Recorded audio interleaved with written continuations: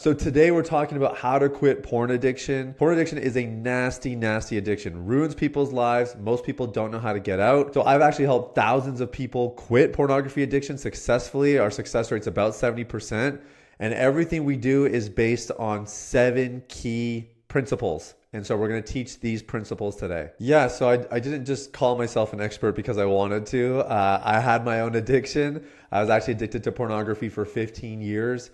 And really struggled. I did all the mainstream advice out there that people say you're supposed to do, internet filters and willpower and spiritual disciplines, and it got me nowhere. So I got really frustrated. I did eventually figure out how to quit pornography. I had my last relapse in February 2016. And so I'm celebrating, many, many years of freedom now. But I always had that in my heart. I wanted to help other people get free if I could figure it out. And that's why I do what I do today. You know you're addicted to porn when you can't go more than a week without watching. You know you're addicted to porn when there's an escalation in your content viewing, meaning that you either watch for longer periods of time than you used to, or the intensity of what you watch is higher than what it used to be. So for me, when I was addicted, it was like photos, then soft videos, then hardcore videos, and it starts to escalate into more specific genres typically after that. Those are probably the greatest indicators. And then the last thing I would say is if you are finding that commitments in your life are affected by your porn use, social commitments, professional commitments, that's another telltale sign that you're addicted. Quitting pornography is really difficult, mostly because it's really confusing.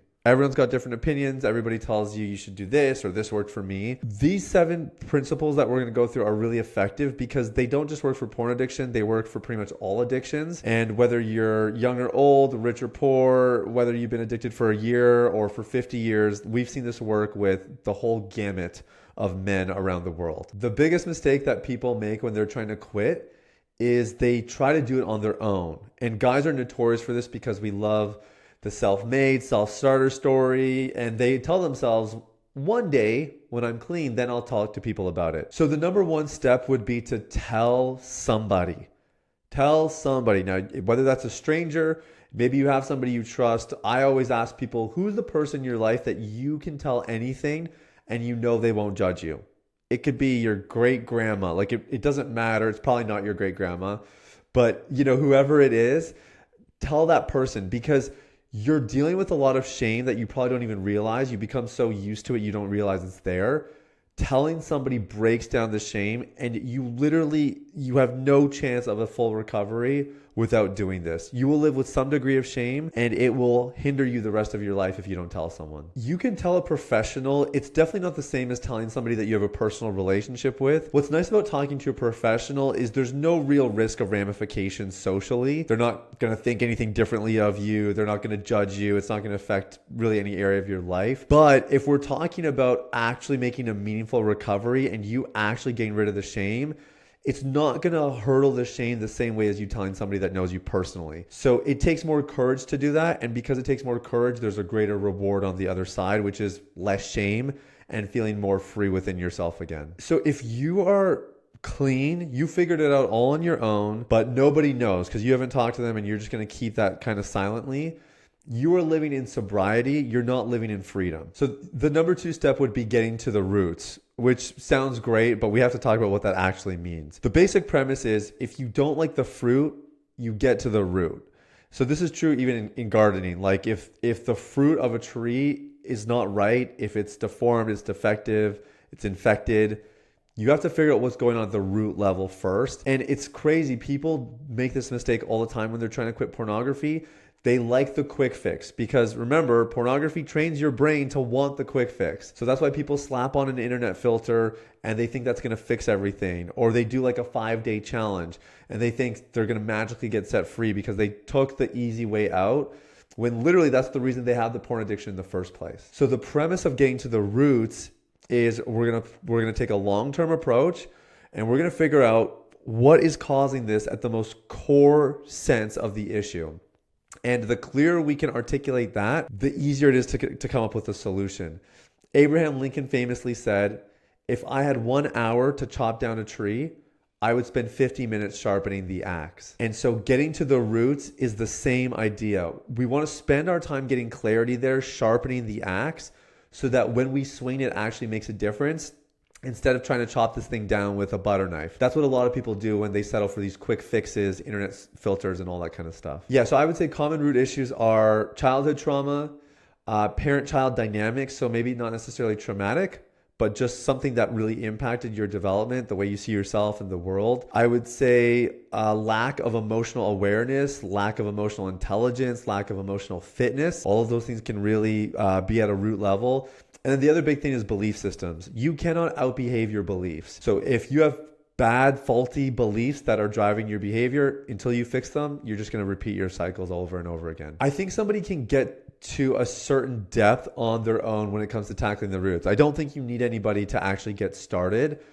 I think if we're talking about swinging the axe really sharply and getting that thing perfect, you really need an expert or somebody to guide you along the way. This is where a lot of people get tripped up, or they get like 50% results because they 50% understand their roots. So you can definitely get started on your own, but you probably want an expert if you really want to do this properly. So the third thing that you want to do is you want to join a community, which is probably the scariest part of this solution, because when you're addicted and no one knows, just telling one person is scary enough as it is. To think of telling a whole group of people just sounds terrifying. But this is powerful for a couple of reasons. Number one, we know that telling one person is going to break down a lot of the shame. So imagine what it would be like to tell a group. The impact is exponential. But remember, we're not going on Instagram posting about it, unless you're me. I do that, but that's because it's my work. But what we're doing is we're telling other people who are struggling as well, other people who get it, other people who can probably extend a listening ear and an understanding heart better than your typical person who doesn't really get porn addiction or doesn't have their own experience. So it's actually not as risky as it sounds, but here's why this is such a beautiful thing. There was a viral TED Talk that talked about addiction about 10 years ago by a British journalist named Johan Hari. And his basic tagline of this whole video was, "The opposite of addiction is not sobriety, it's connection." And the way he proved this is with an experiment that they call Rat Park, where basically they took rats and they put them in a cage. Okay, and there's two bottles. One is water and one is water laced with cocaine. And surprise, surprise, eventually the rats become addicted to the cocaine water, and that's all they sort of tap for. Then they took those same two bottles and they put them in a new cage, but this cage had games and toys and food, and there were other kinds of bottles that they could press on as well that would give, different kind of pleasurable drinks or whatever it was for these rats. So these rats could play with each other and have fun and have sex and do everything that rats do. And even though the cocaine water was still there, they chose not to do it. And it wasn't because they had activities, because they tried this with just a single rat in the cage alone with all the activities to do as well. It was when there were rats together that they could play with. That's when the rats made better choices. And this is the power of community.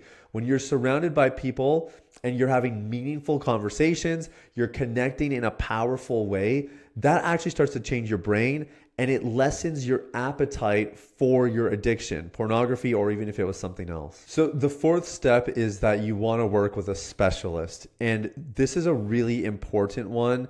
A lot of people are taking easy way outs when they're trying to quit porn addiction, and they don't realize the severity of it. They're treating porn addiction like it's a headache, when porn addiction is kind of like brain cancer. So if you have a headache, you can go to a doctor. Like, you can go to your GP and they'll give you some Tylenol, maybe they'll give you some stretches for your neck. They are adequately equipped to handle that. But if you have brain cancer, you're not going to go to your GP. And if you do, you're not going to get an effective solution.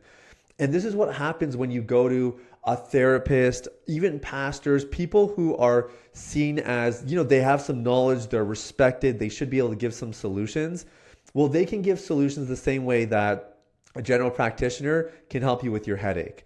But you're dealing with freaking brain cancer here, which means that you want somebody who's actually specialized in this area. 98% of therapists don't even get a course or a lecture on porn addiction. So they have no idea what they're doing. So when I say find a specialist, I don't mean just go find a professional. I mean find somebody who knows what they're doing. They should have a track record, they should have a knowledge base, and bonus points if they have a personal experience, because then they're really going to be able to empathize with you, understand your situation, and guide you to the end until you're fully free. Accountability is important, but most people do it wrong. Like, the typical accountability is, "Hey man, I slipped again, can you pray for me?" So that's useless because it already happened after the fact. Like, good for you for telling somebody that you slipped, but that's not the goal. The goal is for you to get clean. So most people don't do accountability right. The best accountability is preventative in nature, which means that you're confessing temptations, not mistakes. It means that when you have a weak moment, that's when you're reaching out and asking for prayer. Accountability means, first of all, that you're preventative. And secondly, that if you do slip, you're giving an account for it. Like, what were the events leading up to it? What were you thinking about? What did you watch? Like, we have to get in depth, and that's super uncomfortable. That's the point. The point is you have to stretch yourself to these places. This is going to actually work. Most people that I know, when they say they've done accountability groups or accountability partners, I know for a fact that they have like barely scratched the surface of their solution because it's usually at such a shallow level. So yes, accountability is effective, but it has to be done properly. So the fifth one is really important, and that's playing the long game. And this is important for a couple reasons. Number one, let's not forget that watching pornography conditions you to play the short game. You become very impulsive, you become all about immediate gratification, and your sense of delaying gratification or any sort of longevity gets wiped out. So you literally have to reprogram your brain again to think long term. When you don't think long term, you streak count. And streak counting is a horrible, horrible thing to do when you're creating pornography because nobody cares about your freaking streak. You can go 6 months without watching porn, but what does that actually mean? Did you become a better person? Did you get to the roots of the issue? What about 6 years? What about 60 years from now? Where are you going to be? That's what we're actually interested in. So when we play the long game, what happens is we become more focused on who we are becoming rather than what we are doing. When you play short-term games, you think just about, how do I squash the behavior? And you'll make sacrifices and you'll just try harder. But when you play the long game, you're a lot more calculated, you're getting to the roots of the issue, and the solutions that you come up with are lasting. They're lasting for the rest of your life, hopefully. You know, for me, I've been clean for 8.5 years, and I would not be here if I would have just settled for white knuckling it, willpower, internet filters, all that stuff. It takes legitimate effort to play the long game, but it's the only way that you actually get lasting results. Your likelihood of relapsing depends on whether or not you're sober or free. So if you took shortcuts and if you just tried to modify the behavior and you're sober as a result, then you should be very afraid that you might relapse again because you're one step away. That's the sobriety mindset. If you're free, you got to the roots, you changed as a person, your heart has undergone a transformation, and you're playing a long game, you have nothing to worry about. In fact, you can be tempted, and that's not a threat to your success. That's an opportunity to learn, to grow, and to reinforce what's already taken place. So number 6 is don't compare experiences. And the reason this is so critical is because people look at so-and-so, they'll look at me, they'll say, Sathya, I noticed that you had this part of your story. That hasn't happened for me. What am I doing wrong? What do I need to fix?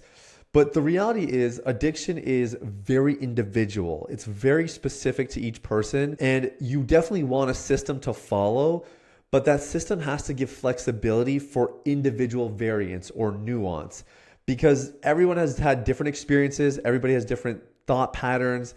People experience emotions differently. We're just different. And when you start to compare yourself, like so-and-so got clean in 6 months, but it's month 9 for me and I'm still figuring it out. That can create a lot of problems and it can really slow down the momentum, and momentum is everything. So we want to not compare. And the better thing to do, and this is something I learned the hard way because I fell into the comparison trap during my 15-year addiction all the freaking time. And what really helped me was I learned to celebrate success in other people. And so I just had to, again, it was really hard at first. It eventually became second nature. When I heard about somebody who was doing well in this area, they struggled for X number of years. Often it was longer than me. Instead of being like, oh man, when's my time going to come? I would just learn to be like, man, that is awesome. You are crushing it. Keep going. And by celebrating them, I felt like it kept the momentum going. I didn't feel deflated or discouraged. I actually felt really excited because I thought, man, if it can happen for them, it's going to happen for me too. It's going to happen my own way, but it is going to happen. Okay, so the 7th thing is by far the most important. If you get nothing else from this video, pay attention to this. And to be honest, the first 6 things that I just gave are all helpful, but they're kind of scattered. And this seventh thing puts everything into its proper place. And that is having a relationship with God. I can tell you right now, if I had not built my relationship with God, I would probably be sober. I would maybe be a tiny little bit free, but I wouldn't have the kind of life that I have today. Everything starts and ends with your relationship with God, and there's a very big reason for this. Porn addiction is ultimately an intimacy disorder. Now, when we hear intimacy, we think about marriage, romance, maybe a really close friend or a really close sibling. But your intimacy with God is actually the most important thing. And when you can establish a transparent, vulnerable relationship with the living God, literally everything else starts to align in your life. And so for me, I knew that there were some days where I didn't have somebody to talk to, or I could talk to people, but they wouldn't get it the same way. I could always talk to God. He was always there for me. And the cool thing is, as I start to build a vulnerable relationship with him, where I'm not trying to keep my sins at bay, but I'm actually coming forward with them and being transparent about them, I'm experiencing God's unconditional acceptance of me, real time. I'm not just saying it in my head like I know God loves me. I'm actually experiencing like, wow, I've told God everything. There's nothing hidden in my heart because I'm being transparent, and yet he still loves me the same way. He's still affirming me. He's still encouraging me. And that was really liberating for me. So when your relationship with God is your priority, everything else falls into its rightful place. And I think without it, recovery can feel very scattered and discombobulated.